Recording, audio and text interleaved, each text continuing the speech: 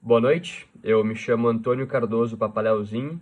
Eu hoje venho defender a minha tese de trabalho de conclusão de curso, TCC, na cadeira de Metodologia da Pesquisa Jurídica.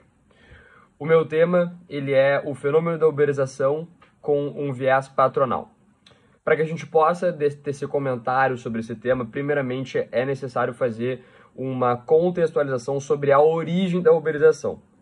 Como o próprio nome já fala, a uberização ela surge, ela ganha esse nome com a concretização da empresa Uber e a sua ascensão como meio de transporte dos brasileiros aqui no país. Com essa crescente participação da empresa no nosso cenário, foram sendo evidenciadas algumas situações que são mero reflexo da nossa sociedade, como ela vem evoluindo ao longo dos anos. E quando eu falo sociedade, eu não quero falar somente na sociedade brasileira, mas na sociedade global. Por quê? Porque desde a terceira revolução industrial que a gente teve, inclusive a gente pode até citar que estamos numa quarta revolução industrial, a nossa sociedade ela vem agindo, ela vem adaptando-se a um estilo de vida que ele é voltado principalmente pela redução de tempo e custo. Esse viés, digamos assim, ele vem muito também dos primórdios da Amazon, hoje também é muito visto pelo iFood, por essas plataformas digitais como um todo. Então a uberização ela surge nesse contexto de evolução tecnológica que permite ao ser humano hoje evitar tempo, cortar tempo, melhor dizendo, evitar custos e ser mais eficaz naquilo que ele faz, seja para fins laborais, seja para quaisquer fins que sejam sociais, etc. Nesse cenário, a uberização ela se porta à realidade como tratando assim em questões de conceito, né? Como a forma de trabalho, vamos frisar trabalho, em que um trabalhador ele trabalha por meio de uma plataforma digital. Por que eu faço questão de destacar a palavra trabalho? Porque atualmente o entendimento é de que essa relação jurídica entre o motorista de aplicativo que trabalha por meio, que presta serviço, presta serviço por meio de uma plataforma digital e que dessa forma, por exemplo, ele consegue levar um passageiro de um ponto ao outro e receber uma remuneração em troca disso, ela não é guarida pela CLT. Por quê? Porque a CLT ela demanda nos seus artigos 2º e 3º os requisitos do que a gente chama de vínculo de emprego, pessoalidade, habitualidade, onerosidade, etc. Então, o que a gente pode concluir disso?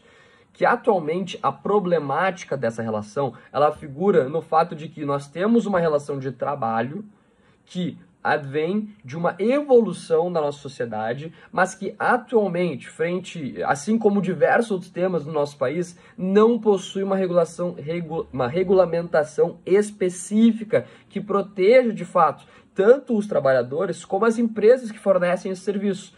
Então, essa discussão atualmente, ela gera problemas para ambas as partes.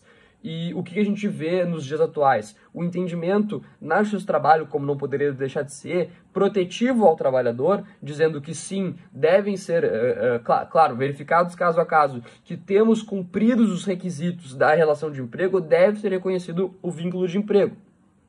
Desse entendimento que posteriormente foi, digamos assim, sobreposto pelo entendimento atual do STF, principalmente por reclamações constitucionais sendo ajuizadas após essas decisões na Justiça do Trabalho. E o entendimento do STF, atualmente, ele é uníssono quanto à inexistência de vínculo de emprego, pela ausência do principal ponto, principal pilar do vínculo de emprego, como determina a CLT, que é a subordinação.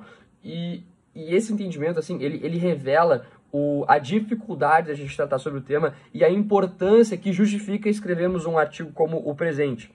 Porque a gente precisa analisar não só a decisão do STF com relação ao caso da uberização, mas a decisão do STF com relação à reforma trabalhista, ao contrato de trabalho intermitente, à terceirização por meio da ADPF 324 e do tema de repercussão geral 725, Porque essa visão que o STF vem consolidando não só para esse tipo de contrato de trabalho como a uberização, mas como um leque de novos contratos de trabalho, ela se pauta na premissa de que desde a reforma trabalhista a vontade do legislador era de recepcionar novas formas de trabalho e não restringir ao modelo antigo da CLT, que é de uma década antiguíssima, que é do século passado e que ainda vem sendo remendada, reformada para se adequar aos nossos termos atuais da sociedade.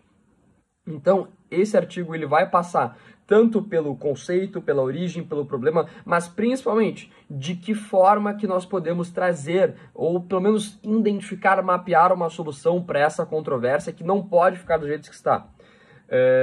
É importante notar que o principal aqui, no meu entender, aspecto vai ser abordar essa relação sob a égide dos entendimentos jurisprudenciais, também doutrinários, é claro, e principalmente fazendo